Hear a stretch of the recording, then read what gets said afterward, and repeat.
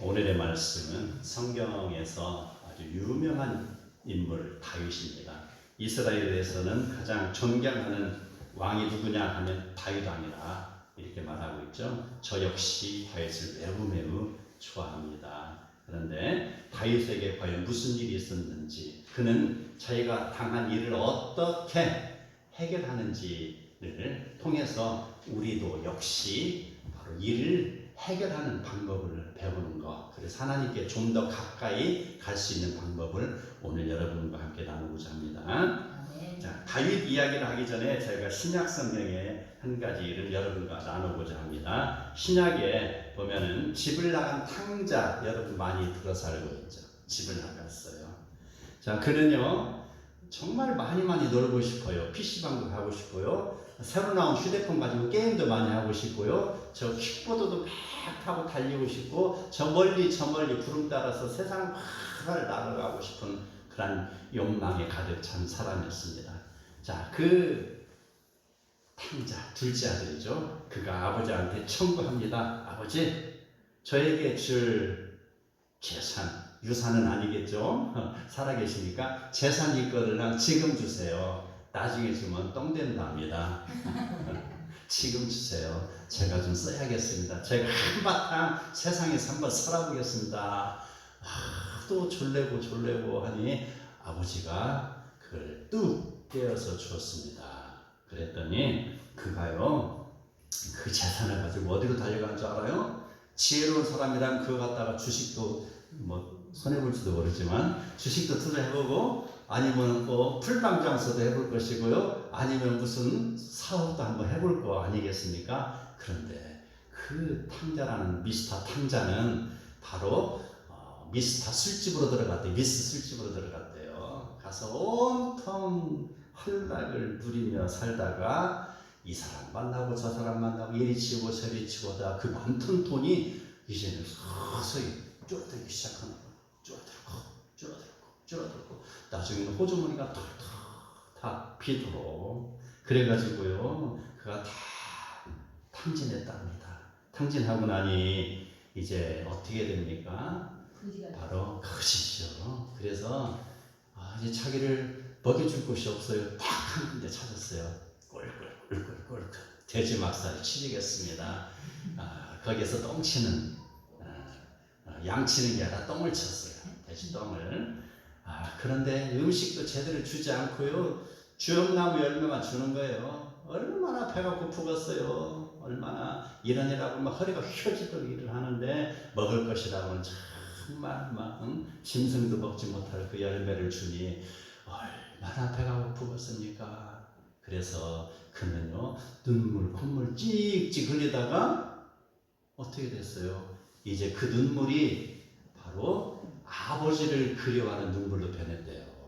아버지, 내 아버지 집에 가면은 종들도 이런 거 먹도 않는데, 이런 거는 대제나 줘버리는데 내가 이걸 먹고 있구나. 아이고 아버지, 내가 잘못했습니다. 눈물을 칙칙 흘리다가, 그런데 돌아갈 수가 없잖아요. 아버지를 배반하고 나왔는데, 한번 잘 살고 성공해서 집으로 돌아가는데 쫄딱 망하고 거지꼴이 됐으니 어떻게 되겠냐고요. 그래서 고민하다가 더 이상 내가 이러다 죽겠다 싶어가지고 이제 아버지의 집으로 털레 가고 있었습니다. 그런데 저 멀찌감치 동구 밖에서는 어떤 노인 한 분이 서 있는 거예요. 근데 그 노인도 역시 저기 저 멀찌감치 언덕 밑에서 걸어오는 한 거렁뱅이를 본 것입니다. 서로를 봤습니다. 이 아들은 그 멀리 서 있는 동구 밖에 있는 사람이 누구인지 모르지만 거기에 있는 노인은 저 거렁뱅이가 내 아들이구나 라고 순간적으로 알아차리는 것입니다. 그리고 달려가서 그 아들을 바라보니 역시 아들이요, 덥석 껴안았잖아요. 아들아 하고. 그런데 아들은 어때요? 아버지가 나를 갖다가 고함치면서 휘치로 때리고 내보낼 줄 알았더니 아버지가 나를 사랑하는구나, 받아들이는구나 라는 내용이라는 것입니다. 그는요 바로 죄에 빠졌을 때에 아버지가 자기를 받아주셨다. 내가 아버지의 품으로 갔을 때 아버지가 나를 반겨주시는 거라는 깨달은 거예요. 이 내용이 오늘의 내용입니다. 다윗이 그렇습니다. 다윗. 우리 어머니는요, 저를 어려서부터 다윗 같은 이렇게 키웠어요. 그래서 제가 우리 상진이 많을 때 이렇게 막 뛰어다니잖아요. 그럼 다윗 같은 애들 이렇게 키웠다고. 그래서 제가 다윗을 좋아하는 거예요.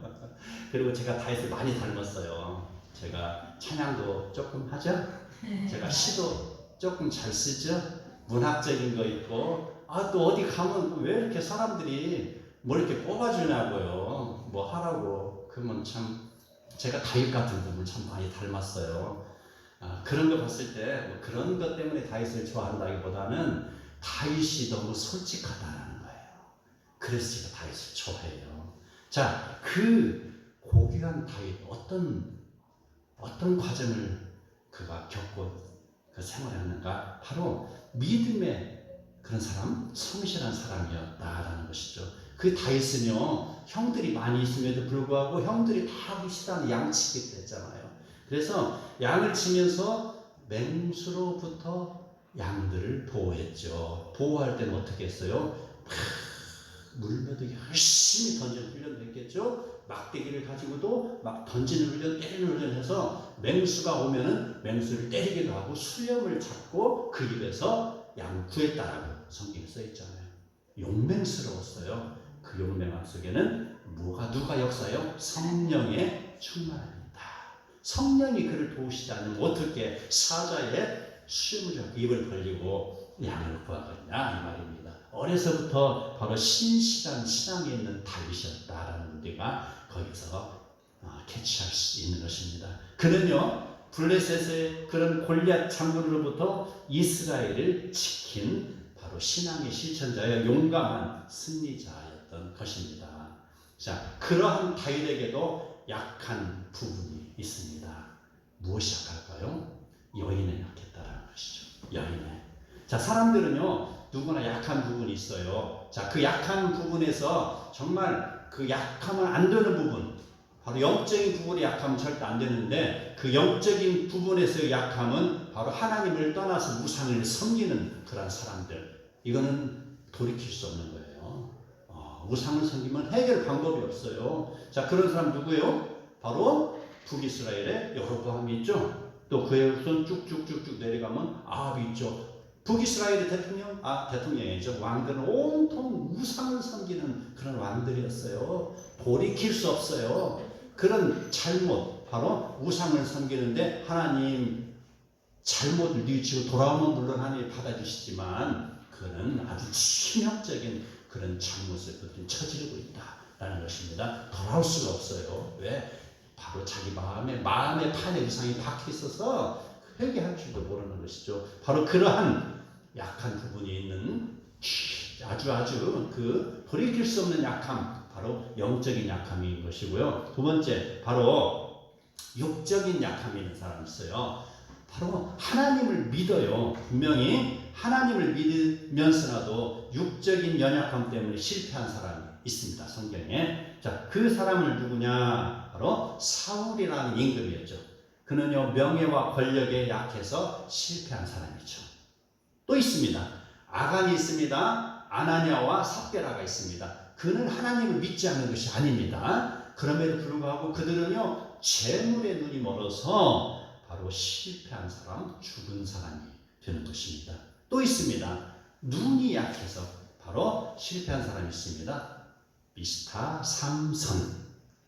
삼손은요 바로 여인에 약해서 육신의 정욕과 이생의 안목의 정욕과 이생의 자랑, 바로 여기에 그가 꼴까닥 넘어가 버렸죠. 바로 자기 힘만 믿고 자기를 이렇게 터치하고 자기를 갖다가 억누를 사람이 없으니까 이제 기고만장해 가지고요 자기 눈에 보이는 건 다 자기 것인 것이죠. 그래서 바로 안목의 정욕에 그가 물들어 가지고 여인을 취하다가 눈이 어떻게 됐어요?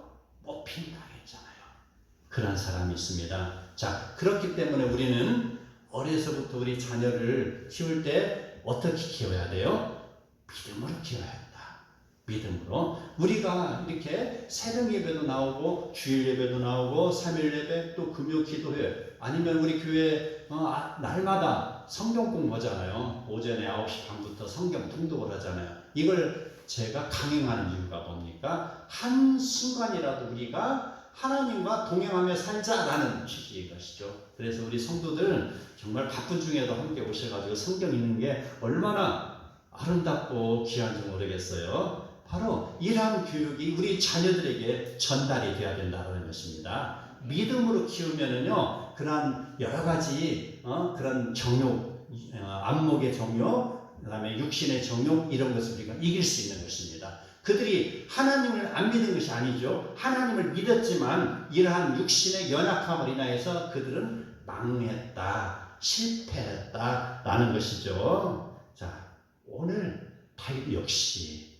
여기에 해당하는 사람입니다. 우리하고 같은 그런 똑같은 그런 상황에 처해 있어요. 우리와 같이 욕심도 있고요. 우리와 같이 실망할 줄도 알고요. 우리와 같이 넘어질 줄도 아는 사람이에요. 자, 그는요, 역대상 3장을 보면은요, 여러 여인을 거느린 사람이었어요. 자, 그러함에도 불구하고 그는요, 온전하지 못한 방법으로 밧세바를 아내로 취했다라는 것입니다. 자, 밧세바를 아내로 취하는 그런 씻을 수 없는 죄를 저지른 것이죠. 너무나도 큰 죄죠. 강간하는 죄를 저질렀죠. 그 다음에 그의 신랑 우리아를 죽게 했잖아요. 그리고 율법을 어겼잖아요. 세 가지 죄를 저버렸잖아요. 너무나도 큰 죄입니다. 자, 이런 그 너무나 큰 죄를 짓고 나니 그는 이제 스스로 해결할 수 있는 방법을 놓쳐버렸어요. 어찌할 줄 모르고 있어요. 그래서 그는 그냥 이불 속에 자기 죄를 덮어두어 버렸습니다. 밧세바가 나밖에 모르는 일이야 라고 하면서 꿀꺽하고 생겨버리고 덮어버렸습니다. 이런 상황이 만일에 세상의 임금이 저질렀다 하면은 어떻겠습니까? 부하 하나 정도 죽이고 그 아내를 뺏은 거 누가 뭐라고 하겠습니까? 누가? 헤롯 안티바스도 헤롯 빌립 아내를 뺏었잖아요. 뺏어가지고 자기 아내를 취했잖아요. 그게 바로 누구예요? 헤로디아. 네, 아주 좀 나쁜 여인이죠. 바로 그런 죄를 저질렀어요. 이랬을 때 바로 다윗은요, 그것을 이제 덮어뒀던 것이 계속해서 생각이 납니다. 세상의 왕들과 같지 않습니다. 그는 어려서부터 하나님을 믿는 신앙이었습니다. 바로 주일학교도 다니면서 그가 주기도문도 했습니다. 사도신경도 했습니다. 하나님 말씀을 들었던 기억이 나는 것이죠. 그래서 그 이불 속에 깊이 그 감춰뒀던 자기 죄악이 계속해서 생각이 나기 시작하는 것입니다. 양심의 가책을 느끼고 있었다라는 것입니다. 이러한 다윗의 심정을 오늘 3절에서 이야기합니다. 내가 입을 열지 아니할 때에 종기를 신음함으로 내 뼈가 쇠하였도다 라고 표현하고 있습니다. 뼈가 쇠하였도다. 여기에서 쇠하다. 그런 뼈가 마른다라는 걸 이야기할 수 있죠. 우리가 큰 이야기잖아요. 내 뼈가 마른다라고 하잖아요. 얼마나 고통이 심하면, 스트레스가 심하면 내가 뼈가 마른다고 합니까? 바로 다윗이 지금 그 상황에 처해 있는 것입니다. 뼈라는 것 중요해요. 뼈가 우리에게 얼마나 소중한가 보면은 창세기 2장 23절에 보면 이렇게 나와요. 이는 내 뼈 중에 뼈요 살 중에 살이라 이렇게 표현하고 있어요. 마치 뼈를 생명과도 같은 것으로 지금 취급하고 있는 것이죠. 그리고 잠언 2장 8절에 보면 이렇게 나옵니다. 여호와를 경외하며 악을 떠날 때에 내 몸에 양약이 되어 골수를 윤택하게 하리라. 자, 여호와를 경외하면 내 골수가 윤택하게 된다는 것입니다. 반대로 말하면 어떻게 되죠? 바로 여호와를 떠나면 내 골수가 바로 마르리라 그 말이 되겠죠. 잠언 14장 30절 우리 함께 읽어보도록 하겠습니다. 잠언 14장 30절 시작. 평온한 우리 PPT 안 올라오나요? 예, 제가 읽어드리겠습니다. 잠언 14장 30절에 평온한 마음은 육신의 생명이나 시기는 뼈를 썩게 하느니라. 그 시기함이 역시 또 뼈를 썩게 한대요. 그 죄악에 물들어 있을 때도 뼈가 썩습니다. 바로 뼈가 쇠합니다. 시기할 때도 그렇습니다. 스트레스 받았을 때도 뼈가 쇠하는 것입니다. 그래서 사람이 시들시들해서 병이 들어버리잖아요. 여호와의 뜻에 거하면 뼈가 생기를 찾습니다. 그러나 여호와의 뜻을 거역할 때 뼈가 마른다는 것 우리를 교훈하고 있습니다. 아멘. 자, 본문 4절에서는 또 이렇게 나옵니다. 주의 손이 쥐하로 나를 누르시오니 내 신액이 빠져서 여름 가뭄의 마름같이 되었다라고 말하고 있습니다. 하나님의 손에 의하여 짓눌림 당하는 사람은요 고통과 비참을 인하여 불행의 밑바닥에 처하게 되는데, 자, 이러한 상황에 처하면 대부분의 사람들은 인생을 포기하죠. 다리 위에서 뛰어내리죠. 아파트 난간에서 뛰어내리고, 또 어떤 사람은 수면제를 갖다가 큰 입에 집어넣고 그냥 잠들어 버리잖아요. 죽음의 길을 택하잖아요. 그런데 하나님을 모르기 때문에 그래요. 하나님을 아는 사람은 어떻습니까? 바로 하나님을 찾아요. 요나가 물고기 뱃속에서 갇혀 있을 때 그가 죽은 줄 알았더니 살아 있었잖아요. 정신을 차려보니까 나는 분명히 죽었어. 근데 내가 움직이는 거야. 움직여. 어디서 소리가 들려. 그 칠흑같이 어두운 데서 소리가 들려요. 옆에 누가 있는 줄 알고 깊어가지고 가만히 들어봤더니 요나의 심장 뛰는 소리였어요. 아, 내가 살아있구나. 그래가지고 그는요 자기 죄를 뉘우치고 다시 하나님께 기도하잖아요. 하나님 한 번만 살려주세요라고 기도하잖아요. 바로 죽음의 현장에서, 고난의 현장에서 하나님을 찾는 게 그게 인생입니다. 첫 번째, 복 있는 인생이 되기 위해서는 우리는 먼저 회개해야 됩니다. 하나님이요 사람에게 유죄를 선고하시면 그는 영원한 죄인입니다. 그러나 하나님이 그의 죄를 덮어주시고 용서하시면 그는 영원한 수혜자가 되는 것이죠. 어떻게 하면 그의 죄를 용서받을 수 있을까요? 다윗을 이야기하는 것입니다. 자, 짐승을 잡아서 그 머리에 그 죄를 전가시키고 그걸 피를 흘리게 하고 그 풀을 떠서 하나님께 제물로 드리는 것. 다윗이 그걸 몰랐을까요? 왕이잖아요. 알잖아요. 그런데 다윗이 하나님께 다가서서 용서를 구하는 방법은 어떤 방법이었습니까? 그는요 이런 짐승의 제사는 일시적인 그 용서밖에 안 된다는 걸 알고 있습니다.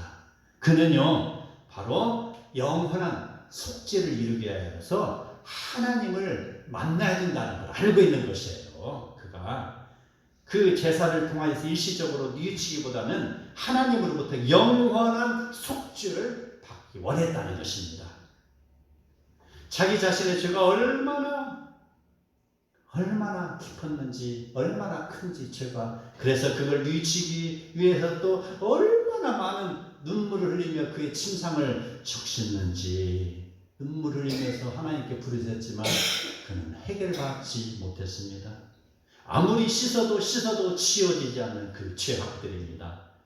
그 빨래, 죄악의 그 덩어리들을 갖다가 그 강가에 가서 그 돌판에 놓고 빨래방망이로 아무리 때려도 그 죄가 없어지지 않습니다. 그래서 다윗은 시편 51편에 이야기합니다. 여호와 하나님 우슬초로 나를 정결케 해주세요라고 아무리 기도했지만 없어지지 않는 죄. 그가 진실로 하나님 앞에 회개했을 때 그는요 하나님이 용서해 주시는 것을 느끼고 있었습니다. 그래서 5절에 이렇게 이야기합니다. 내가 이르기를 내 허물을 여호와께 자복하리라 하고 주께 내 죄악을 아리고 내 죄악을 숨기지 아니하였더니 주께서 내 죄를 사하셨나이다 라고 고백했습니다. 어떠한 그런 짐승의 재물도 소용없는 것이에요. 중요한 것은 무엇이냐? 자복하는 것입니다. 하나님, 내가 이런 죄를 졌습니다. 내가 눈이 멀어서 그 이성의 안목의 정욕에 빠져서 내가 밧세바를 취했습니다. 그의 신랑을 죽게 했습니다. 내가 하나님의 법들을 어겼습니다. 하나님이 죽을 수밖에 없는 죄인입니다. 용서해 주시옵소서 아멘. 라고 기도했을 때 하나님이 그를 용서해 주신 것이죠. 바로 이러한 모습들을 신약시대에 예수님을 바라보게 합니다. 다윗이 하나님과 1대1로 만나서 자기의 죄를 해결받은 그 모습은 바로 예수 그리스도를 우리를 떠오르게 하는데, 그래서 히브리서 기자는 이렇게 말합니다. 히브리서 9장 12절 한번 올려주세요. 히브리서 9장 12절 시작. 염소와 송아지의 피로 하지 아니하고 오직 자기의 피로 영원한 속죄를 이루사 단번에 성소에 들어가셨느니라. 아멘. 수천 번의 그 짐승의 제사로 이제 다 끝나버렸습니다. 오직 예수 그리스도의 단 한 번의 피 흘리심이 그 모든 것을 다 해결했습니다. 그래서 모든 민족, 모든 나라, 모든 백성을 상대로 예수님이 그들의 죄를 해결하시기 위해서 자신의 몸을 들여서 죽으셨다라는 것. 그 예수님이 죽으실 때 어떻습니까? 성전에 있던 휘장이 어떻게 됐어요? 둘로 쭉 찢어졌잖아요. 그래서 하나님과 인간의 그런 사이를 가로막고 있던 그런 것들이 다 이제는 찢어져 버리고요. 바로 인간이 하나님을 향하여서 바로 고백하는 것입니다. 하나님, 다윗이 하나님, 제가 죄를 졌습니다라고 했던 것처럼 이제 우리에게도 그 방법이 적용이 되는 것입니다. 하나님, 제가 죄를 졌습니다. 용서해 주시옵소서. 그리고 마지막에 어떻게 기도합니까? 예수님의 이름으로 기도드립니다 라는 것만 집어넣으면 돼요. 어떤 짐승의 그런 피도 이제는 필요가 없다라는 것입니다. 바로 죄사함은 누구를 통해서 이루어집니까? 바로 예수 그리스도의 보혈로 이루어지는 것입니다. 두 번째, 복 있는 성도는 하나님만 의지하는 자입니다. 탕자가 아버지께로 갔을 때 아버지는 잃은 자식이 살아서 돌아왔다고 말하면서 동네 사람들을 불러 모으고 잔치를 베풀면서 아버지와 아들 간의 관계가 회복이 됐습니다. 바로 다윗은요, 죄를 용서받은 후에 하나님과의 관계가 회복되는 즐거움을 누리고 있는 것입니다. 그래서 신앙은 무엇입니까? 신앙을 딱 한마디로 요약하자면요, 바로 성경에서는 믿음이라고 이야기하죠. 맞습니다. 그 믿음의 바로 가치를 어떻게 우리로 확인하냐? 바로 관계성 속에서 믿음이라는 것이죠. 믿음이라는 단어가 아닌 것이죠. 내가 믿습니다라고 지식적으로 믿는 그 믿음을 아는 것이죠. 믿음이라는 것은요, 아버지와 아들과의 그 끈끈한 관계 속에서 믿음이라는 것입니다. 그래서 믿음은 관계성이다 라고 말할 수 있는 것입니다. 자, 그 죄를 용서받고 회복의 즐거움을 누리고 있는 다윗은 바로 6절에 이렇게 이야기합니다. 이로 말미암아, 지금 자기 상황을 이야기하고 있습니다. 이로 말미암아 모든 경건한 성도가 죄를 지었을 경우에 자기처럼 즉시 회개의 기도를 드리고 하나님의 인도하심을 받기를 권면하는 모습이죠. 내가 죄를 지었고 이렇게 다시 회개하고 하나님으로부터 용서함을 받은 것을 너희들은 봅니까? 성도들은 봅니까? 자, 그러한 다윗의 그런 과정들을 그것으로 말미암아 성도들에게 권하노니 이 말인 것이죠. 그래서 이사야 1장 18절에 보면은 이 말씀이 나옵니다. 여호와께서 말씀하시되 오라 우리가 서로 변론하자. 너희 죄가 주홍 같을지라도 눈과 같이 희어질 것이요 진홍같이 붉을지라도 양털같이 희게 되리라 라고 했습니다. 아무리 커다란 죄를 지었다 할지라도 이제 변론하자. 하나님 앞에 나와서 다 털어놓자 이 말입니다. 내게 그런 이불 속에 깊은 곳에 숨겨놓았던 그 죄악의 덩어리들을 다 끄집어내서 하나님 앞에 고백드리자 이 말입니다. 아버지, 제가 죄인입니다. 용서해 주십시오 라고 이야기를 하라라는 것입니다. 그렇습니다.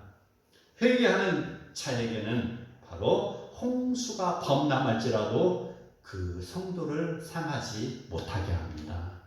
하나님께서는요, 회개하고 용서를 구한 자에게 그런 과거의 죄로 인하여 어떤 재앙이나 어떤 환난도 접근할 수 없게 만드시는 것입니다.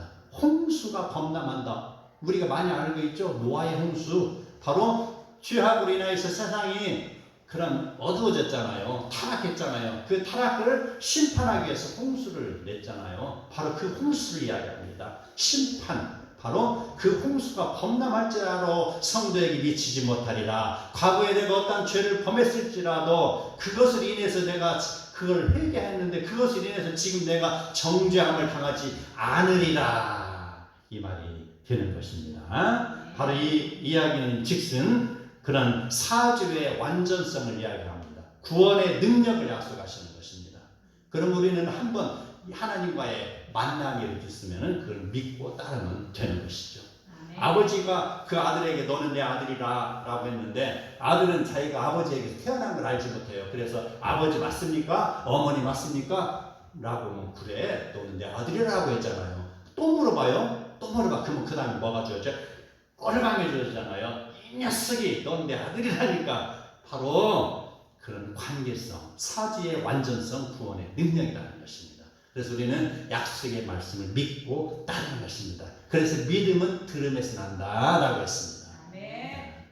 자, 그러한 자들을 향하여서 다윗은 이렇게 말합니다. 그가 죄를 자복하기 전에는 4절에서 하나님의 진노의 손을 느꼈던 다윗인데 이제는 그가 죄를 자백하고 용서함을 받은 후에는 이제 하나님의 진노의 손이 자기를 돌보시는 보호의 손이 됐다는 것입니다. 반대죠. 네. 죄를 졌을 때는 진노의 손이 자기를 누르고 있었습니다. 그래서 내 뼈가 지금 쇠하였다라고 고백했는데 이제 하나님께 자기의 죄를 고백했을 때는 그는 바로 이제 자유함을 얻은 거예요. 영원한 속죄를 얻었어요. 사지의 완전성에 그가 들어간 것입니다. 그래서 이제는 하나님의 보호의 손이 그를 돌보시고 계신다라는 것을 이야기하고 있습니다. 그래서 다윗은 또 이렇게 말합니다. 그는 신앙의 고백입니다. 주는 나의 윤신처시오니 환난에서 나를 보호하시고 구원의 노래로 나를 부르시리다 라는 고백이 그 입술에서 터져나오고 있습니다. 자, 부르시리다. 구원의 노래로 나를 부르시리다. 자, 이것은 빙빙 두른다. 서라운드. 빙빙 두른다라는 것입니다. 바로 다윗 주변에 그런 승리의 환호성을 외칠 수 있는 조건들이 이렇게 나를 빙빙 두르고 있다는 것이에요. 내가 하나님께 회개하고 나갔더니 나의 모든 상황들이 이제 하나님이 도우심으로 인하여서 내가 기쁨의 노래를 부를 수 있는 조건들이 많이 생긴다라는 것이 되는 것입니다. 네. 자, 마치 전장에서 적군에게 패배했던 군대가 적을 물리치고 승리를 거뒀을 때와 마찬가지로 하나님의 구원하심으로 인하여 기쁨이 가득한 즐거움의 함성을 부르는 것과 같이 그는 지금 즐거워하고 있습니다. 요한복음 14장 6절 함께 읽도록 하겠습니다. 시작. 예수께서 이르시되 요한복음 14장 6절 아직 PPT가 잘 올라가지 않았나 봐요. 제가 읽어드리겠습니다. 성도님 함께 찾아보실래요? 요한복음 14장 6절. 네, 찾으신 분 먼저 큰 소리를 읽어주세요. 시작. 예수께서 이르시되 내가 곧 진리요 생명이니 나로 말미암지 않고는 아버지께로 올 자가 없느니라. 예. 자, 우리의 가장 큰 기쁨은 무엇일까요? 지금 다윗은 자기의 그런 죄가 용서받았던 것에 대한 기쁨과 주변에 일어난 여러 가지 사건들로 인하여서 지금 기쁨이 충만하고 있잖아요. 우리 인생의 가장 큰 기쁨이 여기에 담겨 있습니다. 예수께서 말씀하십니다. 내가 곧 길이다. 내가 곧 진리다. 내가 곧 생명이다. 라고 말씀하셨어요. 자, 어떤 그런 사람들은 바로 길이요, 진리요, 생명이 어딘지 모르고 방황을 하고 있었지만 그 사람들이 바로 예수 그리스도를 만나고 나서 그 길을 찾았다는 것입니다.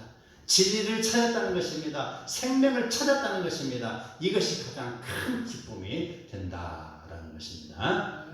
세 번째, 복 있는 성도는 하나님의 교훈을 따르는 자입니다. 이제 하나님의 자녀다움을 회복한 자는요, 하나님의 교훈을 따라야 되는 것입니다. 바로 초등학교 신앙이었다면 이제 중학교 신앙이 되고 대학교 신앙이 되어야 된다는 것이죠.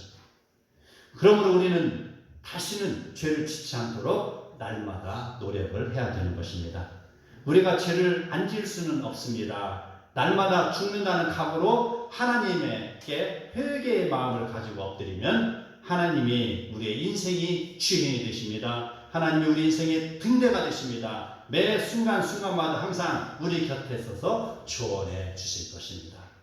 그러므로 마음이 정직한 자에게는 즐거움이 샘처럼 솟아날 것입니다. 두려움에 떨며 입을 꾹 다물어 침묵하지 말고 하나님께 회개함으로 입을 크게 열어 나의 모든 죄를 쏟아내야 될 것입니다. 그리고 하나님의 긍휼을 구할 때 하나님 우리에게 영원한 복을 주시는 분이신 줄 믿으시기 바랍니다. 그러한 자는 바로 하나님이 우리를 받으실 것이고 우리를 용서해 주실 것이고 하나님이 우리를 받아주시기 때문에 우리가 기뻐하며 즐거워하는 자가 다 될 것입니다. 시편 64편 10장 10절에 이렇게 나옵니다. 의인은 여호와로 말미암아 즐거워하며 그에게 피하리니 마음이 정직한 자는 다 자랑하리로다. 아멘. 바로 의인 여호와로 말미암아 즐거워하는 것입니다. 나의 인생의 가장 큰 기쁨이 무엇이겠습니까? 내가 로또에 당첨된 것이 큰 기쁨이 되겠습니까? 물론 기쁨이겠죠. 내가 대학교에 당첨된 것, 대학교 S대학교 내가 입학했다. 큰 기쁨이 되겠죠. 내가 사업을 해서 큰 돈을 벌었다. 엄청난 기쁨이 되겠죠. 모두 다 기쁨입니다. 그런데 우리 인생 마감하는 날 무덤 앞에서 어떻게 됩니까? 이건희 회장님도 자기가 짊어진 거 다 반납해야 되잖아요. 그렇죠.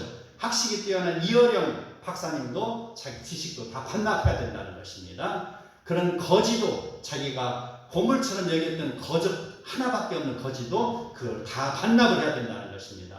그러나 바로 여호와를 아는 자는요, 바로 내가 모든 걸 반납을 하지만은요, 나에게 영원한 티켓 하나가 주어지잖아요. 그것을 인해서 즐거워한다는 것입니다. 다 반납하고 이제 갈 길이 딱 한 군데 남아 있잖아요. 여호와를 향한 그 티켓이 없는 자는 어디로 갑니까? 불구덩이로 하죠. 여호와를 향한 티켓을 거머쥔 자는 어디로 갑니까? 저 천국으로 가는 거 아니겠습니까? 아멘. 그러므로 사랑하는 성도 여러분, 탕자가 아버지를 똑바로 바라볼 수 없었으나 그가 아버지에게로 돌아왔을 때 용서함을 받아 즐거운 것처럼 다윗이 그의 죄로 인하여서 하나님을 똑바로 바라볼 수 없는 죄인이었으나 그가 회개하고 아버지 앞에 다가섰을 때 용서함을 받아 즐거운 것처럼 우리의 인생은 모두가 죄인입니다. 그러나 하나님 앞에 회개하고 하나님 법도를 따르는 것이 하나님의 교훈을 따르는 방법입니다. 영혼의 구원에 이르는 것을 믿어야 할 것입니다. 영혼의 구원에 이르는 자마다 모두가 하나님이 나라를 갖고 가며 영혼의 풍성함을 이루는 복된 인생들이 다 되기를 축복합니다. 아멘.